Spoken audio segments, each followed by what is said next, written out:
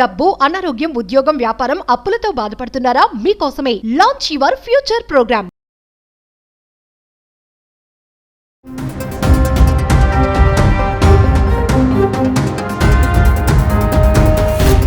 నమస్తే, welcome back to Suman TV. Present మనతో పాటు ఉన్నారు పబ్లిక్ స్పీకర్ రజనీరామ గారు. నమస్తే మ్యామ్. నమస్తే నవీన. మేడం, ఇప్పుడు మామూలుగా చూడండి, ఒక ఆడపిల్ల కాల్ చేస్తే, అంటే ఒక అబ్బాయి కాల్ చేసింది అనుకోండి, అబ్బాయి తీరు మారిపోద్ది, హావభావాలు మారిపోతాయి. అంటే అందరి గురించి కాదు, కొంతమంది ఉన్నారు, వాళ్ళ గురించి మాట్లాడుకుందాం. ఒక ఆడపిల్ల దగ్గర నుంచి కాల్ వచ్చింది అంటే కొంచెం ఎక్కువసేపు మాట్లాడతారు, టైం పాస్ చేస్తారు. అబ్బా భలే మాట్లాడుతుంది అమ్మాయి అని చెప్పేసి. అదే ఇంకా మెసేజ్ వరకు, అక్కడ నుంచి చాటింగ్ నెక్స్ట్ లెవెల్ అనమాట. హాయ్ అని, బాయ్ అని, గుడ్ ఈవినింగ్ అని, గుడ్ నైట్ అని, తిన్నావా, తాగావా, పడుకున్నావా, ఎక్కడికి వెళ్ళావు, ఇలాంటివన్నీ. సో మరి అమ్మాయిలు ఇలా ఫ్లాట్ చేస్తూ ఉంటారు. ఫ్లాట్ చేసే తర్వాత చాలా జరుగుతూనే ఉంటాయి. డబ్బులు తీసుకోవడం, తర్వాత స్విచ్ ఆఫ్లు చేయడం, చీట్ చేయడం, ఇవన్నీ. రీసెంట్గా నెల్లూరులో జరిగిన ఇన్సిడెంట్ కూడా మీరు చూసే ఉంటారు. ఎంత బోల్తా కొట్టించిందో. వాళ్ళ టార్గెట్ అంతా కూడా ఐటీ ఎంప్లాయీస్, వీళ్ళే. క్రెడిట్ కార్డ్ యూజ్ చేయడం, ఇవన్నీ కూడా. మరి ఒక్కసారి మీరు మరి అబ్బాయిలకి ఏమైనా జాగ్రత్తలు చెప్తారా?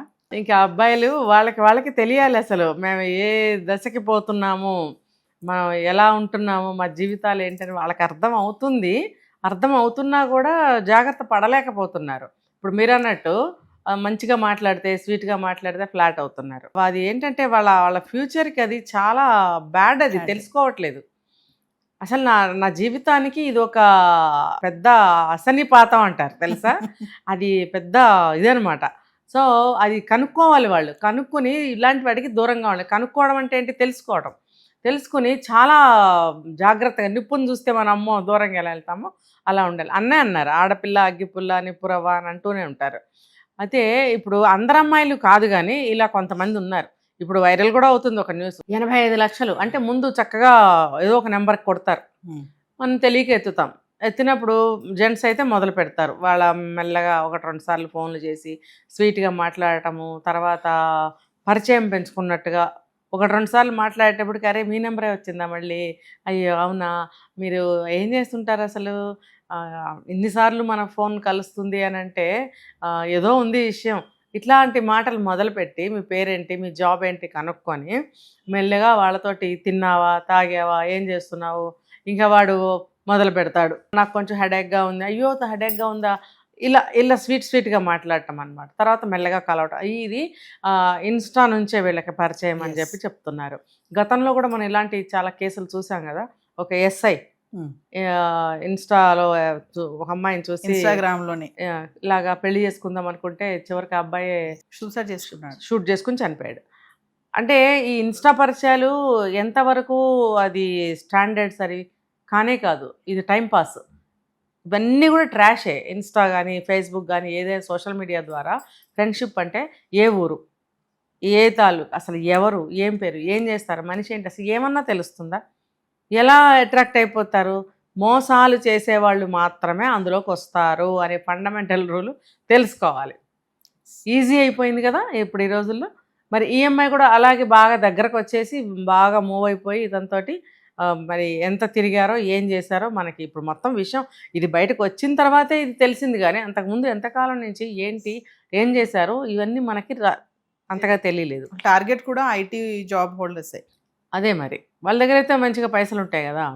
ఇంకా 85 లక్షలు తీసుకున్న దగ్గర నుంచి ఇంకా నువ్వెవరో నేనెవరినో అన్నట్టు మాట్లాడుతుంటే అవతల వాళ్ళకి కూడా కొంచెం హర్ట్ అవుతారు కదా, స్టన్ అవుతారు.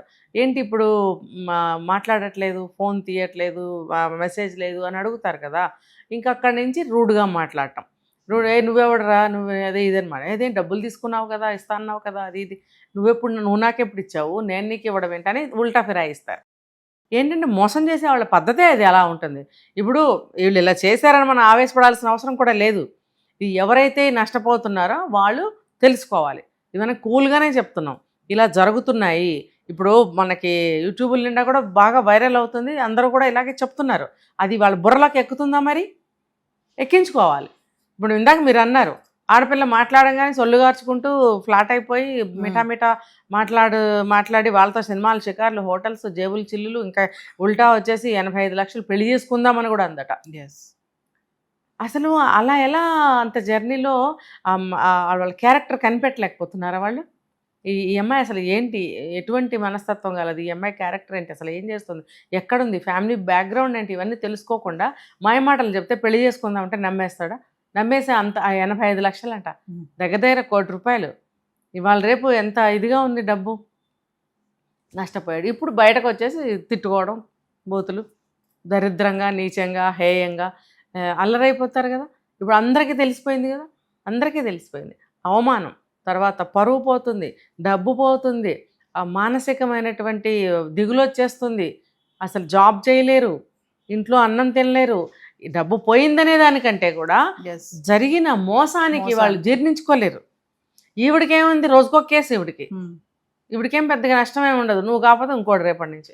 అంటే ఇలాంటి అంటే వీళ్ళు ఈ అమ్మాయిలు ఎందుకు మరి ఇలా ఎందుకు తయారవుతారు? మనం కొన్ని లగ్జరీ లైఫ్ అంతే కదా, ఇంకేంటి. బాగా 10 మందిని మోసం చేస్తే 10 కోట్లు వచ్చేస్తాయి. హాయి కూర్చోవచ్చు కదా, ఒక ఇల్లు కొనేసుకుని, ఒక బకరాన్ని చూసి పెళ్లి చేసుకోవచ్చు. అంటే ఇవన్నీ బయటికి రావు, ఎవరికి తెలియవు అని అనుకుంటారు. ఇప్పుడు బయటకు వచ్చింది. ఈ అమ్మాయి గురించి తెలిసిన వాడు ఎవడన్నా పెళ్లి చేసుకుంటాడా?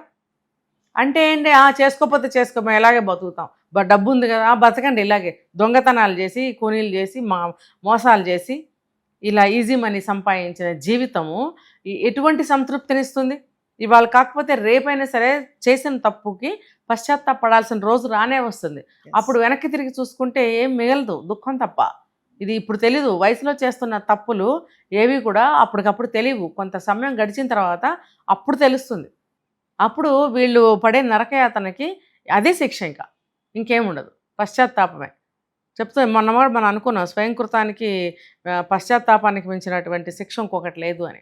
అంతే వీళ్ళ విషయంలో భగవంతుడు అలాగే వేస్తాడు శిక్షలు. కానీ అబ్బాయిలకి నేను చెప్పేది ఏంటంటే, బుద్ధి తెచ్చుకుని అమ్మాయిలు ఇంకా చూడకండి. బార్ ఫోన్ వస్తుంది అనుకోండి, అమ్మ నువ్వు ఎవరో నాకు తెలియదు, ఫోన్ చెయ్యకు అని చెప్పాలి, లేదా ఫోన్ బ్లాక్ అన్న చెయ్యి. నువ్వు అలాగే పెట్టుకుంటే వాళ్ళు మాట్లాడుతున్నావు, నీకు ఇష్టమైంది ఉంచుకుంటున్నావు ఫోన్, మరి నువ్వు బ్లాక్ చేయి. అప్పుడే ఒక్కసారికే నీకు తేడా అనిపిస్తే బ్లాక్ చేసి పడేయాలి. మనకెందుకు అన్ని కాంటాక్ట్స్, వెంటనే బ్లాక్ చేయాలి. డిలీట్ చేస్తే కూడా లాభమే ఉంది, బ్లాక్ చేసేసి. చేస్తే నువ్వు కొంచెం దాన్ని ఎస్కేప్ చేసిన వాడు అవుతావు, హాయిగా ఉంటుంది. అంతేగాని పురుగు కాలు మీద ఉన్నప్పుడు దులుపుకోవాలి. దాన్ని తల్లో వెంట్రుకల్లో దూరిన తర్వాత ఆ చిక్కు పడిపోతుంది, అది నువ్వు తీయలేవు. అది అనవసరంగా తల్లో పచ్చడి అవుతుంది, తలంతా వాసన వస్తుంది. అందుకని పురుగు ఎప్పుడైనా సరే కాలు మీద ఉండగానే దులిపారే, ఈజీగా వెళ్ళిపోతుంది అది మట్టిలోకి. అంతేగాని ఈ రకంగా చేసుకుంటే ఆ అబ్బాయి ఎంత బాధపడి అరుస్తున్నాడు, ప్రయోజనం ఏం లేదు. నువ్వేం చేసుకుంటావో చేసుకోరా, ఏమి చేసుకో, ఇంకోటి డాష్ డాష్ డాష్ ఇవన్నీ అనేస్తుంది. అంత బరితెగించిన తనంగా ఉన్నప్పుడు అబ్బాయిలు మీరు ఎలా ఉండాలి అంటే, నేను ఒక గొప్పగా నేను అనట్లేదు, నిప్పు పులి అని గొప్ప కోసం చెప్పట్లేదు. నిజానికి క్రూర మృగం పులి అంటే, నిప్పు అంటే డేంజరు. ఆ డేంజర్ జోలికి, క్రూర మృగాల వైపుకి ఎలా వెళ్ళమో ఇలాంటి అమ్మాయిల జోలికి కూడా మీరు వెళ్ళకండి. బతికుంటే బలిసాకు తిని బ్రతకచ్చు. Thank you ma'am.